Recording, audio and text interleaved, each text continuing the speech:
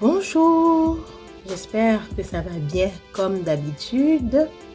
Et si ce n'est pas trop le cas, ça ira mieux. Répétez-vous toujours cela dans votre esprit. Alors, on va aborder un sujet qui est vraiment passionnant, comme tous les sujets d'ailleurs.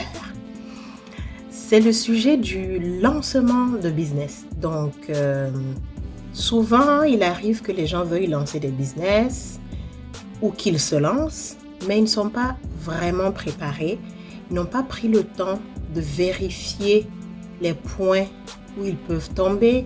Ils n'ont pas pris le temps de faire leur devoir, comme on dit, de s'assurer de certains points vraiment qui sont capitaux et qui peuvent être déterminants dans le succès du projet du business. Si vous voulez en savoir plus, on se retrouve dans un instant. Bienvenue à bord. Faites la connaissance de votre commandant de bord qui a 2 vies professionnelles parallèles. D'une part, elle est employée et évolue en affaires internationales dans le milieu diplomatique. Elle accompagne et conseille les moyennes et grandes entreprises en Amérique du Nord et en Europe. D'autre part, elle est travailleur autonome et entrepreneur en ligne et hors ligne dans divers domaines depuis un bon nombre d'années. Ici, elle aborde tous les sujets possibles avec un objectif précis. Vous aider à bâtir, gérer et faire croître vos entreprises, mais aussi vous faire croître vous-même. Décollage immédiat, on attache les ceintures et let's go!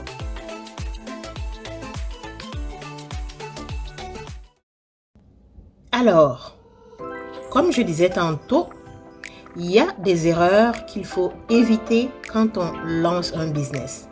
Donc, c'est quoi ces erreurs-là à éviter lors du lancement d'un business? On ne peut pas toutes les répertorier, évidemment, mais il y a certaines erreurs vraiment qui reviennent souvent. Donc, comme toujours, on peut tirer des leçons des échecs des autres. Donc, là où beaucoup d'entrepreneurs, beaucoup d'hommes d'affaires, de femmes d'affaires ont échoué et qu'ils expliquent un peu les raisons de ces échecs-là, mais il faut s'en inspirer, il faut faire attention pour soi aussi ne pas tomber là-dedans. Un des points qui peut toucher certaines personnes, c'est au niveau de la perfection. Il y a des gens qu'on appelle les perfectionnistes qui visent un peu souvent la perfection, qui veulent que les choses soient vraiment d'un niveau d'excellence, mais qui frisent vraiment la perfection ou qui atteint la perfection. Pourtant, comme dans toute chose, le produit ou le service que vous offrez, il va s'améliorer avec le temps. Comme dans toute chose évolue, se bonifie ou change avec le temps, y compris le produit ou le service que vous offrez. Si par exemple c'est un produit que vous manufacturez vous-même, donc dont vous faites vraiment l'assemblage et tout ça, la production en tant que telle, n'attendez pas que le produit soit parfait selon vous pour le faire sortir, parce que quand il sera parfait selon vous, ce qui risque même pas d'arriver parce que l'être humain est un éternel insatisfait, c'est pas sûr qu'il sera parfait aux yeux du marché non plus, hein. Donc, dites-vous que ça va être une éternelle bataille que vous allez mener. Vous allez juste jamais rien faire. Vous allez demeurer dans la procrastination. Je veux améliorer. Vous retrouvez dans un cycle. Il y en a qui le font, hein, qui restent dedans des années, ils perdent des années pour rien. Donc, essayez de vous concentrer, de produire la chose de façon focus. Et dès que ça atteint un niveau, j'ai envie de dire minimum vraiment de qualité, vous le sortez et vous le testez au marché. Donc, vous testez le produit, vous voyez s'il répond aux besoins, vous voyez ce que les gens disent, quels sont les points qu'il faut améliorer, quels sont les points qu'ils apprécient beaucoup, peut-être que vous allez rajouter ces points, donc ainsi de suite. Donc, la meilleure réponse vraiment, c'est la confrontation avec le marché. Et pareil aussi, si c'est un service que vous offrez, hein, c'est la meilleure façon. Moi, je me rappelle, il y a des années, quand j'ai commencé un peu à faire la consultation, des contrats de pigistes à gauche, à droite. Mais j'ai commencé comme ça. Et puis au début, évidemment, je chargeais assez bas. Je ne facturais pas haut. Et puis, j'écoutais les retours quand j'avais un client. À la fin de l'expérience, je lui demandais comment ça s'était passé et tout ça. Ça m'a permis justement d'améliorer aussi ma prestation de service. Et ça, c'est comme ça dans toutes choses dans la vie. Alors, un autre conseil qui est relatif en fait au point précédent, c'est le fait de tester. Donc, quand on parle surtout de produits ici, pour vérifier vraiment la qualité, le prix, est-ce que ça répond vraiment à un besoin réel, comme je disais tantôt, est-ce qu'il y a une bonne communauté et tout ça. Et des pistes en fait pour tester le marché à petite échelle, donc vous ne voulez pas tester en dépensant des millions parce que vous ne les avez même pas d'ailleurs, et ce n'est pas la stratégie pour tester. Tester, quand on parle de tester, c'est vraiment un petit échantillon, ça veut dire vraiment qu'on le confronte en fait au marché, on voit la réaction, donc il ne s'agit pas de produire des milliers d'échantillons non plus. Donc vous pouvez faire réaliser juste une petite série de produits, de votre produit en question. Et puis ça c'est un exemple, hein. Il y en a plein d'autres. Vous louez par exemple au niveau d'un marché un petit stand ou bien un kiosque, un magasin vraiment éphémère, et puis vous vendez un peu le produit pour voir quelles sont les réactions. Donc ça c'est une façon de tester vraiment en présentiel et tout. Vous pouvez aussi tester avec la puissance, la magie de l'internet de nos jours.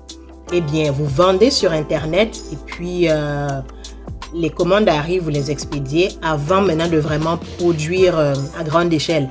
Et ça peut être que vous mettez en place un site internet, c'est vraiment pas compliqué. Ça peut être un tout petit truc là avec juste une possibilité de faire un achat, quelques pages et tout ça.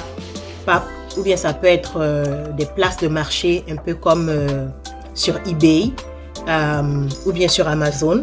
Donc sur Amazon, vous pouvez vendre vos propres produits aussi. Donc vous pouvez utiliser cette place de marché là. Il y a le Facebook Marketplace et plein d'autres évidemment. Donc vous pouvez tester une fois de plus en utilisant en fait ces canaux-là pour voir quelle est la réaction du public face à votre produit. Une autre façon de le faire aussi, c'est de faire du porte-à-porte. Il y en a qui continuent de le faire et dépendamment de là où vous habitez, votre pays, votre ville, votre région, ça peut très bien marcher. Donc c'est une méthode qui est assez traditionnelle, que certains disent dépassée. Mais personnellement, je ne pense pas que ce soit forcément dépassé. Ça dépend vraiment du type de produit que vous avez, de votre approche, aussi de votre type de clientèle. Donc, ça dépend vraiment de différents facteurs. Donc, c'est à vous de découvrir vraiment ce qui fonctionne. Par rapport à un service, il y en a qui utilisent encore la prospection téléphonique. Donc, dans certains pays, comme dans les pays développés, c'est un peu plus compliqué de faire de la prospection pure. Ça devient de plus en plus compliqué, disons, de faire de la prospection pure parce que les gens font en sorte de toujours avoir le numéro de téléphone et tout ça qui sont cachés, ils ne veulent pas être dérangés, etc.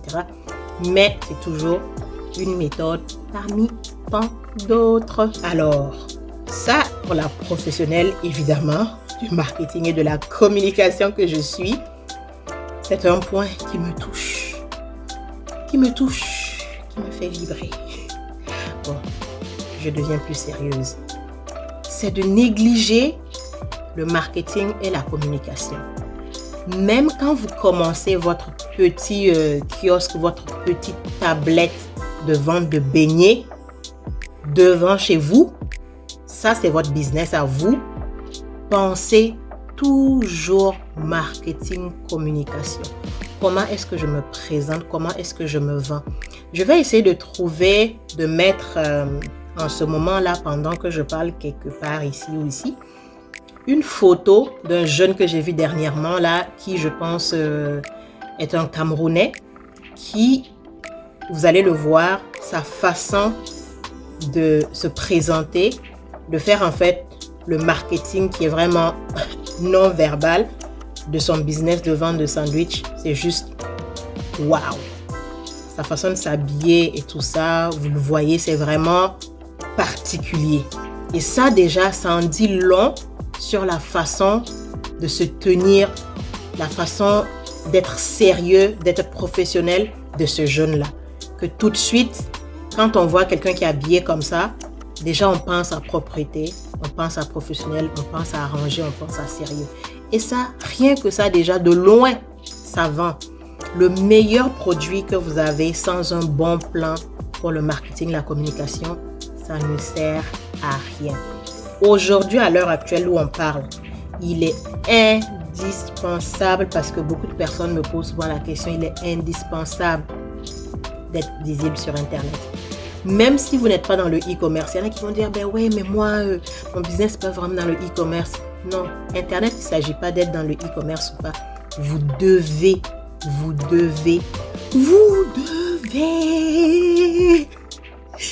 lol, vous devez être sur Internet.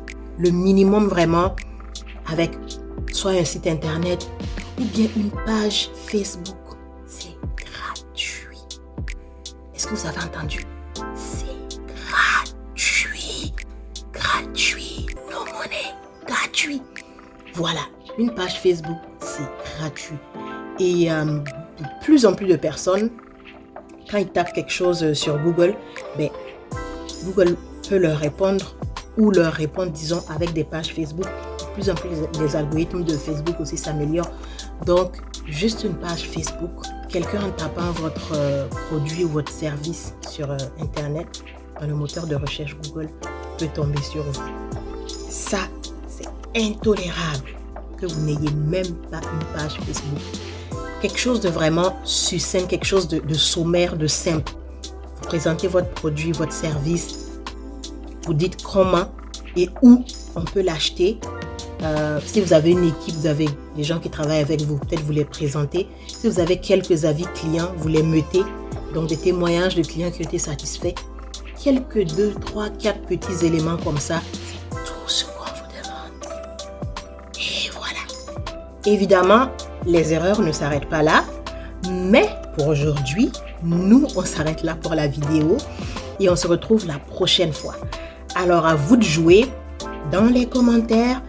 Dites-moi ce que vous avez pensé de ces erreurs-là. Qu'est-ce que vous avez appris? Est-ce que vous avez d'autres erreurs à partager avec les gens, avec la communauté? Parce que évidemment, on ne peut pas faire le tour de la question de façon exhaustive. Portez-vous bien. Peace and love. À la prochaine. J'espère que vous avez aimé la vidéo d'aujourd'hui. N'oubliez pas de faire 4 petites choses toutes simples. Vous abonner, activer la cloche pour recevoir les notifications, liker et partager. Ciao!